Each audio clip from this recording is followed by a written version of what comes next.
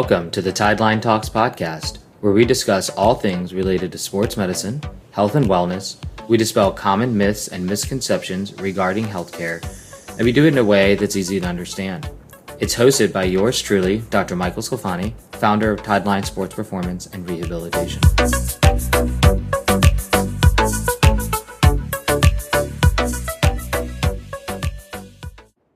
Welcome back, everybody, to another episode of the Tideline Talks podcast. This is your host, Dr. Michael Sclafani, and today I'm joined by Jon Simos, who is a master trainer and owner of Greek Triangle. So thanks so much, Jon, for hopping aboard the podcast with us and donating some of your time today.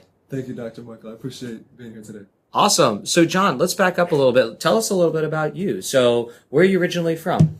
I was born in Sarasota. My family is Greek American, so my dad is from a small village in Greece called Ismia, and then my mom is from California, but she happens to be Greek American as well. So I grew up here in Sarasota and have watched it change so much over the years. Perfect. And then you had said that you have some travel experience as well within the country. I think you had mentioned that an ex-girlfriend of yours had a bunch of travel contracts as a nurse. Tell us a little bit about where you've been and where you've lived outside of Sarasota before boomeranging back to this area. Definitely. So my previous relationship, she was a travel nurse. So we lived in Los Angeles, Austin, Texas, and San Diego. And we took a lot of road trips all through California, around Texas, across the country. And I realized that there's a right way and a wrong way to take road trips. So I also realized that road trips can change your life. They're so beneficial. One road trip can, strengthen relationships with loved ones, or if you're taking it on your own, you have self-development, self-reflection. It just changes you. And so the immense benefits a lot of people don't get because they feel intimidated by road trips. They don't know how to take road trips, or they take them the wrong way. So I saw the need for a resource brand. So I wanted to create a brand. So I wrote a first book called How to Road Trip America, a modern guide for your epic American adventures. It's the how-to. So it's the how to take road trips, how to pack, how to plan. I systemized it, I simplified it, provided rules and guidelines. So that brand will be the book series, clothing, route planning, customized route planning, decals, anything road trip related. Gives me a platform to sell products. So I'm slowly putting that brand together. Perfect. And then when did you make your way back to the Sarasota area then? After traveling for about a year and a half, started in LA for about, I believe, 3 or 4 months. Austin, Texas for, I think, 3 months, if I remember. Then San Diego for 9 months. Across the country a couple times. So then back to Sarasota about 4 or 5 years ago. Perfect. And since then, a lot has changed. Yeah. So what did you do once you boomeranged back to Sarasota? Is that when you started your career in the fitness industry? Or tell us about what you did once you landed back in Sarasota. Absolutely. So growing up, I was always active. And I had a lot of experience over the years trying different sports, working out. I would go on these long runs when I was like 12 or 13 or 14 across the city. I would just run as far as I could. And I'd walk back in the summer heat, be gone for like 6 hours. So I've always been active, but I started pursuing the credentials when I was in San Diego. I figured it's about time. I should have done this, 10 years before. I had always had a passion for fitness, but I just kept putting it off. So I decided finally it's time. So I got my CPT, started shadowing trainers at a Crunch in Del Mar, California. Premium Crunch, 2 floors, very nice. They allowed me opportunity to start working there, took on some clients, got my next certification, the CAFS certification in Applied Functional Science from the Gray Institute. And then about that time, or shortly after, moved back to Florida, started training clients on my own out of GrindFit. Then pursued more credentials, started working at Orange Theory. I got the group specialization, the certification for Orange Theory. Tried Camp Gladiator about the same time, got that certification, and really got experience in a group environment.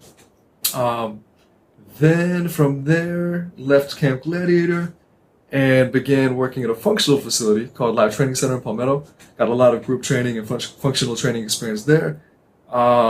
Before quarantine happened, and then I didn't go back, and I gave Orange Theory uh, went full time with Orange Theory after that.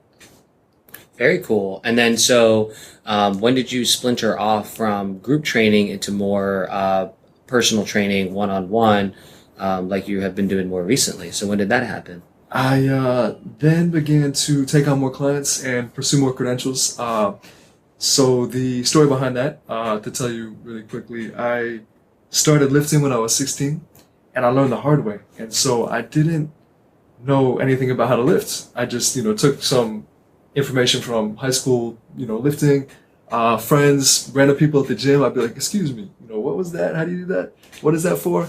I'd Google everything that I could at that time, but at that time there were limited resources. Right. So things were conflicting. I tried to become the best athlete that I could within that, domain. But anyways, I started getting imbalances. So I had upper cross syndrome, lower cross syndrome, iliotibial band syndrome, plantar fasciitis, not all at once, but over the years I'd have one, then another. Became quad dominant. I even slightly tore my hamstring, so I was so quad dominant when I was doing sprints in high school. I even had a giant bruise on the back where the blood was draining from the torn fibers. All kinds of injuries. And so I wanted to fix myself. And I couldn't afford a personal trainer to do things right. I couldn't afford a physical therapist. So, years later, I started pursuing the credentials. And so I found a passion for teaching people how to work out, empowering them with fitness education so they didn't have to go through what I went through. Because I went through so many injuries, pain. I felt like an older person that had been through a lot when I was like 18, 19, 20, just because of the imbalances and the issues. So finally started correcting myself, found that passion, group fitness, personal training, and then I slowly transitioned out recently, as we talked about, changed industries temporarily, but I'm still pursuing credentials, getting as many credentials as I can to apply for my next venture. Perfect. So then, now that you've changed gears a little bit, tell us a little bit about Greek triangles, because I think that's a really great local venture at the farmers market. I'm not going to take too much away from that, but I think it'll be really cool to share a little bit more about the man behind Greek triangles. So tell us a little bit, now that you've sort of temporarily focused less on the fitness industry and more on the food industry. Tell us a little bit more about Greek triangles, what it's about, how it came about, things like that. Thank you. So my father is from Greece.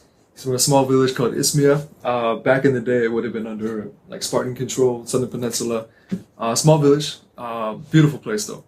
So he makes a great version of spanakopita that is unique from other versions, especially American versions, where it's a large triangular version. So it's basically a meal, and it's got more ingredients: spinach, onions, leek still, feta, salt, pepper, olive oil. Well, actually butter, but I tweaked it a little to be healthier, so I put olive oil instead, lighter version. But it began in 2020 with quarantine. I was laid off from the fitness industry, laid off from Live Training Center, laid off from Orange Theory. They were forced to let us all go temporarily, and then the plan was to rehire us. So I wasn't making any income, and unemployment wasn't kicking in, and so I was running a little low. So I realized that was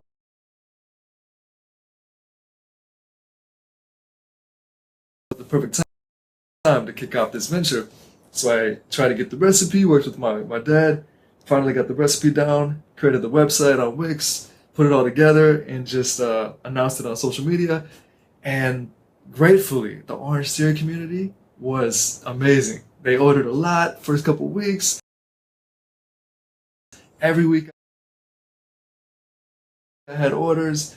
They truly supported me. And it slowly blossomed into what it is now, where the first market was last November, Lakewood Ranch Farmers Market. I am grateful they gave me the opportunity initially. So first market, it'll be a year as of mid-November. Then I started downtown Sarasota January last year. And now I am going to be in multiple markets. Very cool. Which I'll explain later. Let's back up a little bit. So tell us a little bit more about what the product is. Obviously, it's a triangular basically a triangular hot pocket, right? Tell us a little bit about, is it designed to be a snack, a entree? Give us a little bit more detail about what each triangle is for somebody that may not be familiar with Greek food. All right. So spanakopita is Greek food. It's called a spinach pie. So it's phyllo dough with the filling of spinach, feta. In America, the bar is set very low, where you often see very thin layer of some spinach and feta, and that's it. But more of the Greek version is more greens, more filling inside. So it's more of the Greek version, but I tweaked it to be healthier, and it is meant to be a meal. So I am also branding it as a healthy meal on the go, relatively healthy, depending on dietary needs. The only debatable ingredients are, the phyllo and the feta. Everything else is just vegetables and a little egg. So I brand it as a healthy triangle as well. So I got the trademark for healthy triangle and Greek triangle to kind of go both ways, traditional route and healthy, active lifestyle food. So it is a meal, but I do offer smaller sizes for catering or cafes, business to business. But yeah, different sizes are available, but at the market it'll be full size. Great. So is this a handheld item, like a I keep saying hot pocket, but I feel like that's like the best version of like the Americanized version, right? Oh, yeah. Where it's like, is it meant to be something that's handheld that you can just kind of grab on the go and like walk through the farmer's market and enjoy, or is it meant to be something where you order it, you sit down, and then you enjoy it at the table? That's a good question. You actually hit it right on with calling it a hot pocket, because essentially it's a handheld food. I refer to it as jokingly, I'll be like, oh, it's like a Greek burrito. Oh, And, perfect. yeah, so you just pick it up and go. Perfect. Yeah, very efficient and very filling, and you don't feel heavy. You feel nice and light afterwards. Sure. So yeah, great food on the go. That's great. So then now you're expanding from the Lakewood Ranch Farmers Market that is in Waterside now to Sarasota, Bradenton, and some locations further south. So now you're having to expand your team too. So how has that been? Because now I think, it seems like the entrepreneurial spirit came from the time of the pandemic, right? It's almost like under the greatest pressure rises the greatest entrepreneurs, right? And Yes. so now that you founded Greek Triangles out of the pandemic and that entrepreneurial spirit, the kind of the next level for your business was scaling past yourself. So how has that been? Tell us a little bit about that. It has been an experience. I've also been trying to add more products. So part of the brand is not only pursuing the world's best spanakopita, trying to create the world's best spanakopita, and I define best by balance. So not just how it tastes, but how it makes you feel.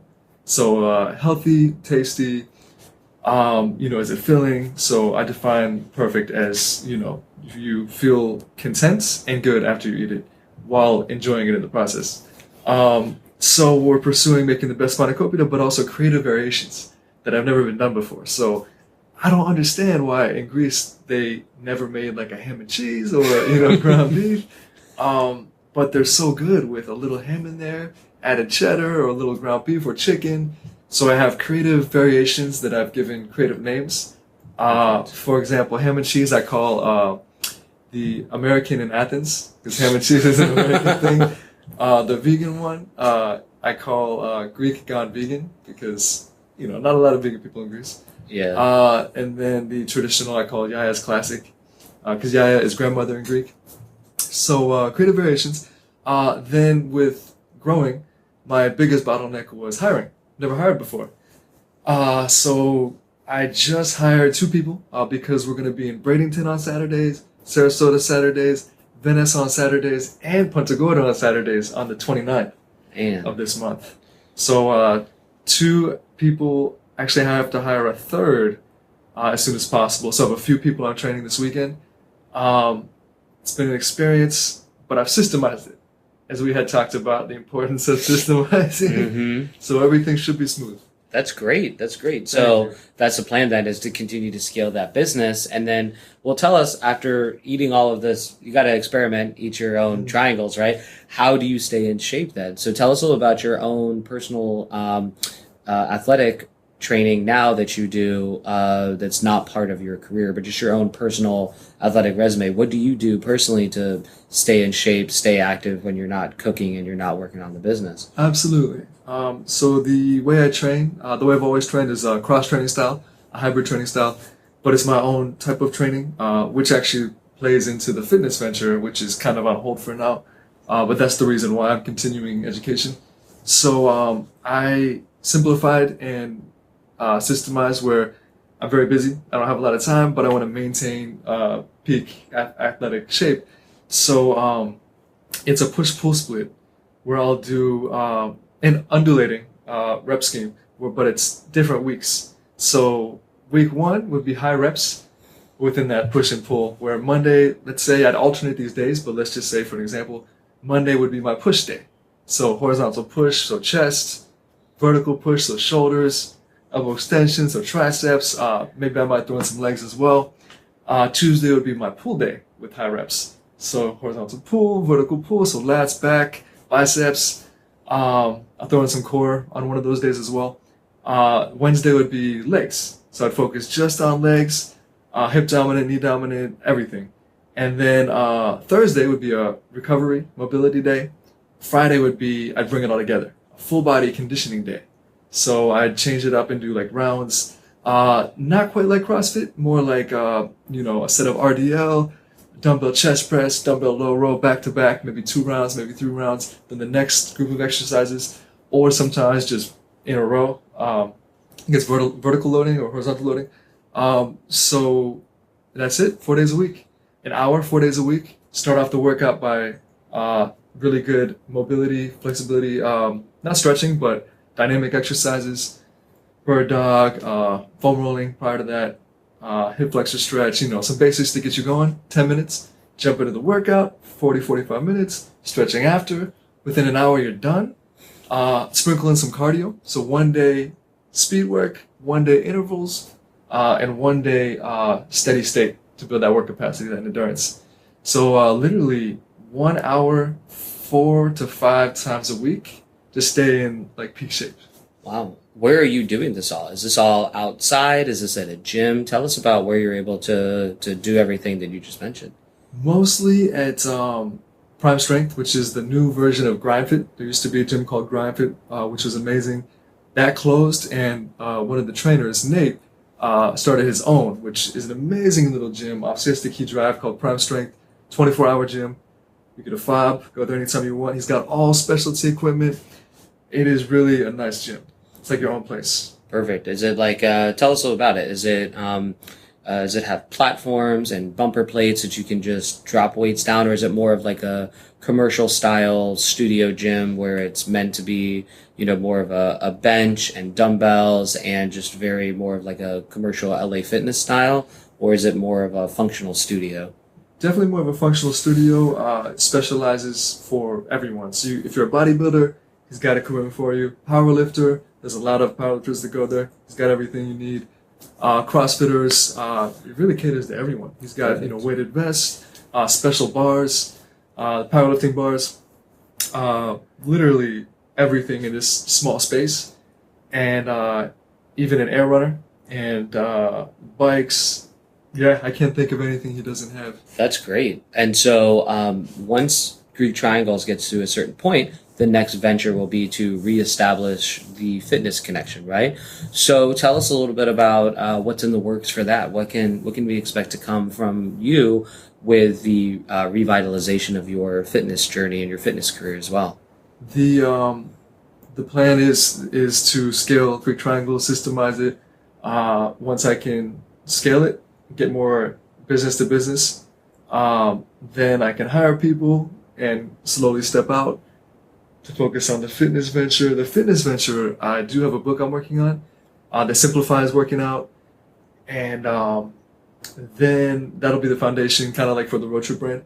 Tell us a little bit about the book. What's in the book? You said simplifying working out. Is this like a beginner's how-to? Yes. Is it geared for somebody that's never worked out, that's interested in strength training or cardio? Or tell us a little about what's going into that book. So it's kind of the same reason where with the Road Trip brand, I saw that people didn't know how to take road trips. with being in the fitness industry, I see there's such a big gap between those who want to work out or don't really know, kind of scratching the surface, trying to figure out how to begin, and then group fitness or, those who are in it. So a lot of people feel intimidated or they jump into group fitness with no prior knowledge. They don't know fundamental movement patterns, and so then they get injuries because they need to get the fundamentals, the prerequisites down before they get into group fitness. Because most group fitness facilities don't train you on those fundamentals prior. They try, but you really need one-on-one personal training for that. So the book is to simplify the working out, because also people have a bodybuilding mentality and a lot of misconceptions. So simplifying it, they can work out push-pull or full body to get started, making it easy, making it efficient to fit their lifestyle, to build that fitness foundation. I'm all about building a fitness foundation, maximizing movements, and then they can specialize from there within their lifestyle.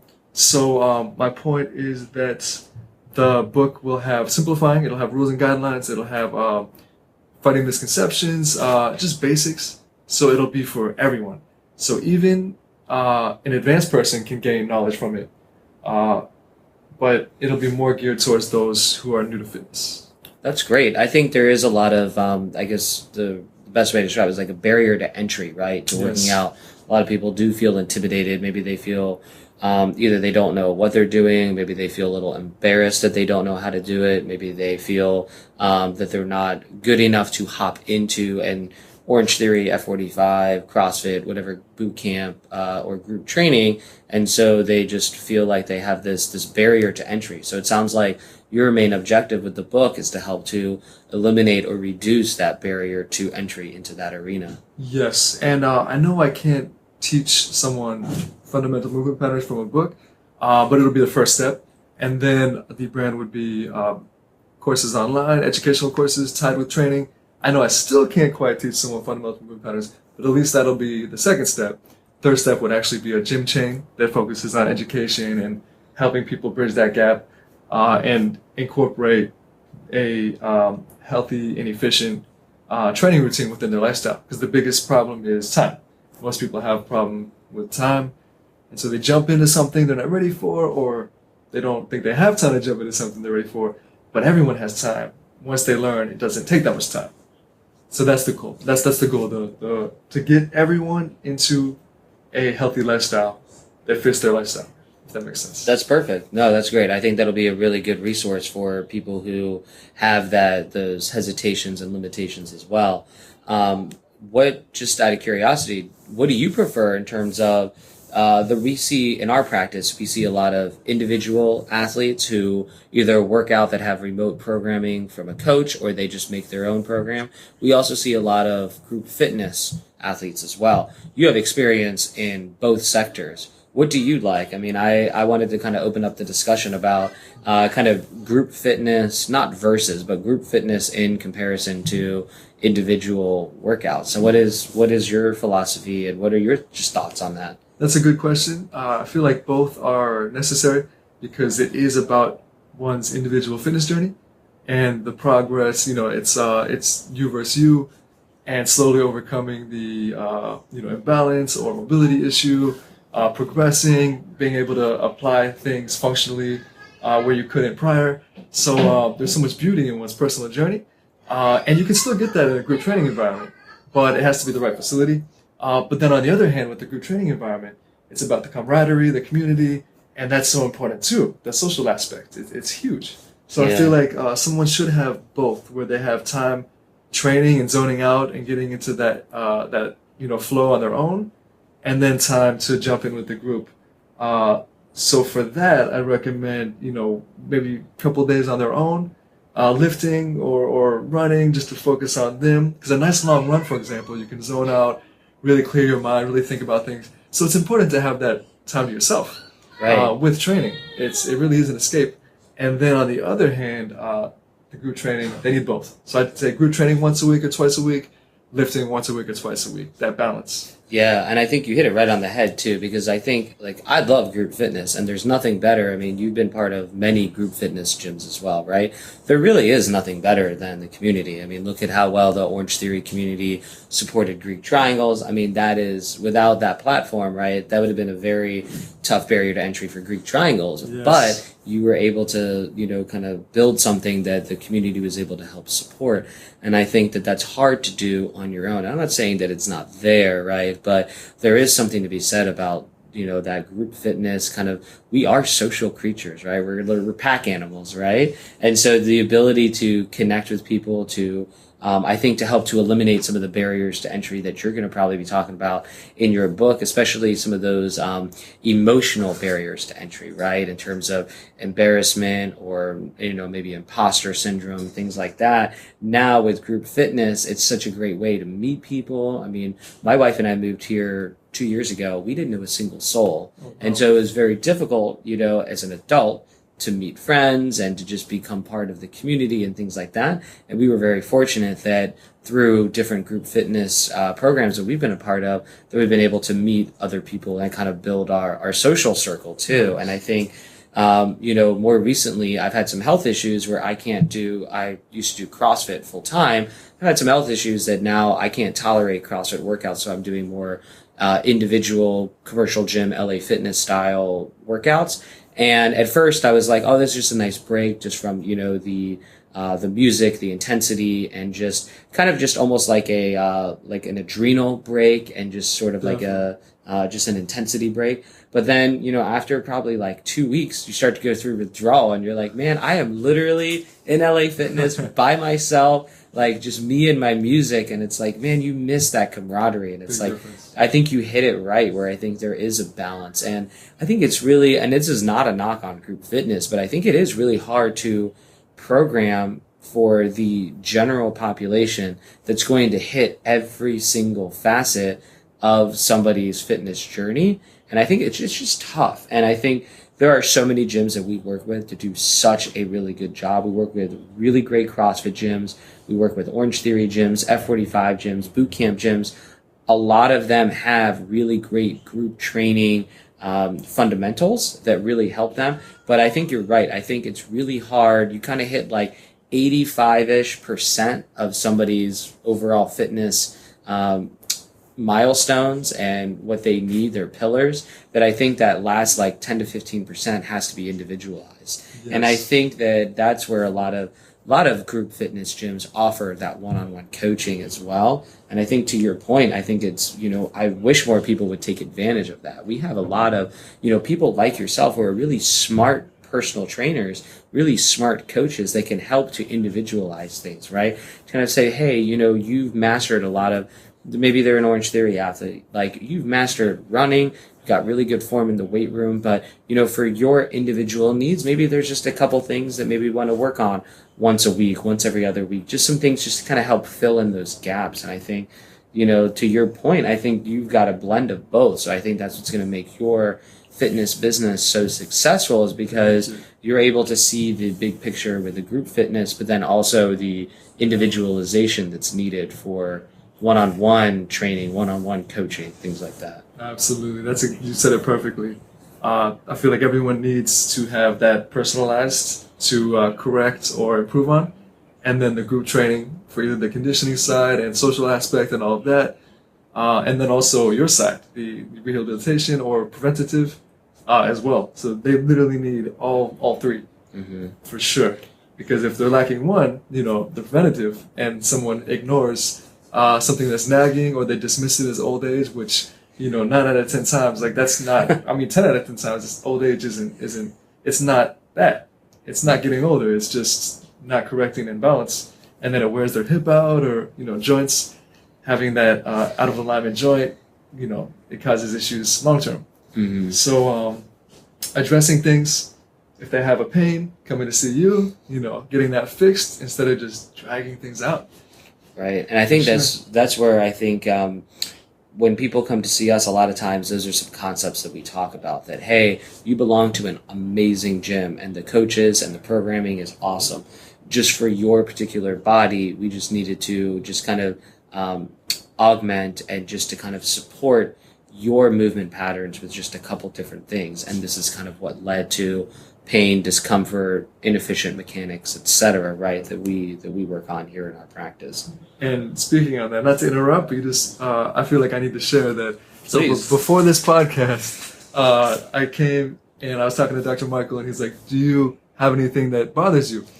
And I've corrected most things, but I have this nagging hip feeling. Nagging hip, not a pain, but it's like an ache. And I haven't been able to fix it. And in like 2 seconds, Dr. Michael's like, he does an assessment, and he's like, "Oh, your lack of internal rotation is because of a preventative tightness. Your nervous system protecting it."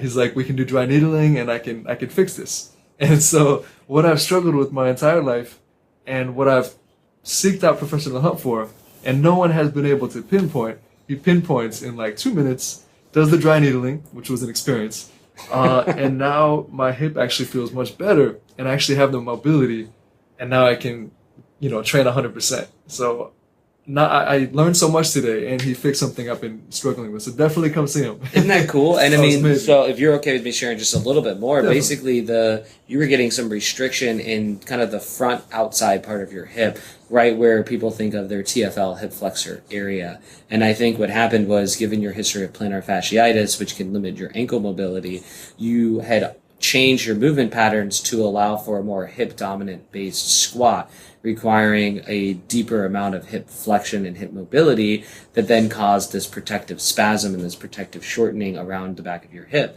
Once then your plantar fasciitis and your ankle mobility improved, that self-protect mechanism in the right side of your hip was still present. So then now that was just kind of giving you that nagging tweakiness all the time when you were squatting. So all we had to do was just address the musculature that was still in that self-protect mode. And then once we do that, it just frees up the hip. And I don't mean to laugh, but you were like, "Oh man, I'm so afraid it's arthritis." And I'm like, "John, you're a young, healthy, you got Mediterranean blood like me. Like, we're going to live forever and just walk the mountains forever, right?"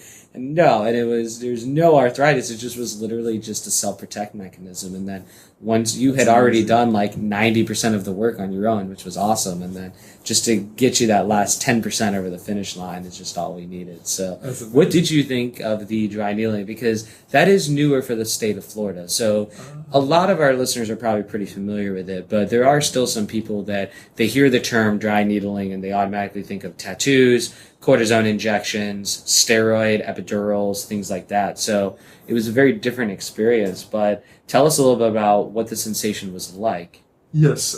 So I laid down. I don't like needles. I know I said that on my number, but I really don't like needles. And so he took the needles. They're very thin. And to be honest, it didn't really hurt bad at all. Like, it wasn't like getting a shot at the doctor. It just felt like a little pinch. And I was surprised how it doesn't really hurt. And it had a similar sensation to when I'm foam rolling, trying to get a muscle to relax, how it intensifies a little in regards to like muscle discomfort and kind of quivers a little bit. And that's about it. It was pretty simple. I don't believe how easy that was to fix. Right. Yes. It's pretty painless. I wish we had, and I'm on my soapbox all the time about it, wish we had a different term than dry needling, like at least acupuncture, which is a totally different modality, different intervention. At least acupuncture doesn't have the word needle in it, right? People are so much more comfortable with the term acupuncture, and then I say dry needling. They're like, whoa, let's pump the brakes here on this. But yeah, I'm glad you had a great experience with that, John. So that's great. And I do see the need for it. Prior, I didn't really see much need for it. I was like, oh, that's cool, but I could just like foam roll or take a lacrosse ball and get in there, and I would try, but I couldn't quite get that spot. And now I see dry needling is a much more effective way, because you just can really pinpoint and really get in there and force the muscle to relax instead of trying to make it happen with a lacrosse ball. Which is perfect. And dry needling is not the only thing that we do here at Tideline. It's a intervention that allows us to open the door, and then we would lead somebody through the door and help to correct for any mechanics, help to figure out what exactly was irritating that particular area, what movement patterns can we help to correct for and help to improve and things like that. But it is a pretty cool experience too. Yes. So Well, John, I really appreciate you sharing your story. Where can people learn more about you? How can people get in touch with you? Give us some of your plugs that people can follow. All right. I do have a main website, jonsimos.com, where it's jonsimos.com, kind of the home base for the ventures as I share the journey, striving to launch each one. And Instagram is at Jon Simos, JONSIMOS. Then I have an athletic one, but you can access all of those from the website. Perfect. And we'll put those links and plugs in the podcast episode description as well. So, Awesome. But thank you so much, John. I really appreciate your time coming into the clinic, getting a chance to talk with me and sharing your whole journey and your everything about Greek triangles, your personal fitness journey, and where your personal business is going as well. So thanks again for your time, John. Thank you, Dr. Michael. I appreciate it.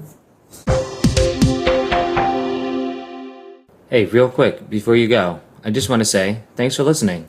If you enjoyed this episode and you'd like to help support the podcast, please share with others by taking a screenshot of this episode and posting it to your story on Instagram and tagging at Tideline Sports Performance so we can repost it.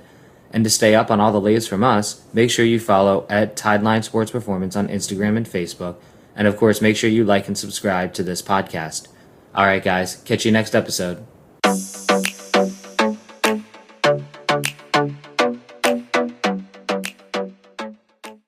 Dispel common myths and misconceptions regarding healthcare, and we do it in a way that's easy to understand.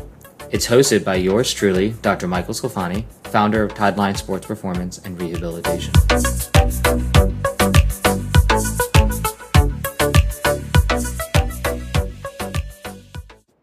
Welcome back, everybody, to another episode of the Tideline Talks podcast. This is your host today, Dr. Michael Sclafani, and I'm joined today by Dr. Amanda Carter, and she is the founder of Lakewood Ranch Acupuncture and Wellness. And so she's been kind enough to hop on the mic today and donate some of her time. Thank you actually so much for having me. I appreciate it. You know, I always love seeing you and talking with you, and Beautiful. Happy to be here. Well, thanks so much, Amanda. I appreciate it. So let's do this. Let's tell us a little bit about your background and where'd you grow up and where are you from and how you made it to Florida. So I'm actually from Nashville, Tennessee. I moved here when I was 7 years old. I'm about to turn 45 next month. So I've been here quite a long time, and I have really seen this town change a lot from just being a quaint town to Lakewood Ranch didn't even exist when I moved here. It was Bradenton and then Sarasota. So Lakewood Ranch was actually created. And when I was in school, it was fairly new, and the school was in Sarasota. So, they would, graduate three classes a year, and most people were opening up their practices in Sarasota. And I thought, hey, there's only like one or two practitioners in Lakewood Ranch. And I thought that would actually be a great place to put a practice, and it's not really tapped out yet. So that's what I did. And the rest is history. That was, almost 12 years ago. Wow. So, yeah. So you're one of the OG Lakewood Ranch businesses. That's funny. Yeah. So then that way Sure. you're like one of the founding members of Lakewood Ranch, the whole business area and alliance as well. So that's great. Well, let's back up a little bit. So tell us about undergrad and where you did your acupuncture training and